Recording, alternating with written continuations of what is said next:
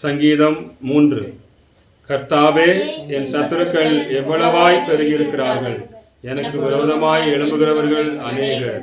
தேவனிடத்தில் அவனுக்கு ரட்சிப்பு இல்லை என்று என் ஆத்துமாவை குறித்து சொல்லுகிறவர்கள் அநேகராயிருக்கிறார்கள். ஆனாலும் கர்த்தாவே, நீர் என் கேடகமும் என் மகிமையும் என் தலையை உயர்த்துகிறவருமாயிருக்கிறீர். நான் கர்த்தரை நோக்கி சத்தமிட்டு கூப்பிட்டேன், அவர் தமது பரிசுத்த பர்வதத்திலிருந்து எனக்கு செவி கொடுத்தார். நான் படுத்து நித்திரை செய்தேன், விழித்துக் கொண்டேன்.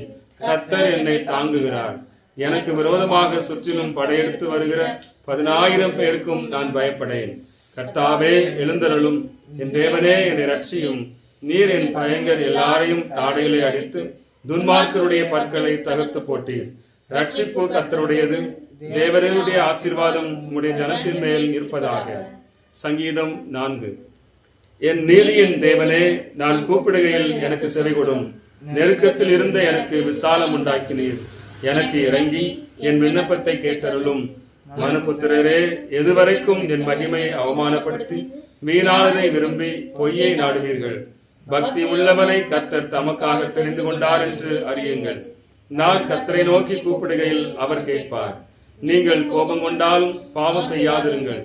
உங்கள் படுக்கையில் உங்கள் இருதயத்தில் பேசிக்கொண்டு அமர்ந்திருங்கள்.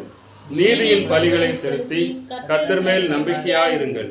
எங்களுக்கு நன்மையை காண்பிப்பவன் யார் என்று சொல்லுகிறவர்கள் அநேகர். கர்த்தாவே, உம்முடைய முகத்தின் ஒளியை எங்கள் மேல் பிரகாசிக்க பண்ணும். அவர்களுக்கு தானியமும் திராட்சரசமும் பெருகிருக்கிற காலத்தின் சந்தோஷத்தை பார்க்கிலும் அதிக சந்தோஷத்தை என் இருதயத்தில் தந்தீர். சமாதானத்தோடே படுத்துக்கொண்டு நித்திரை செய்வேன். கர்த்தாவே, நீர் ஒருவரே என்னை சுகமாய் தங்க பண்ணுகிறீர். ஆமென்.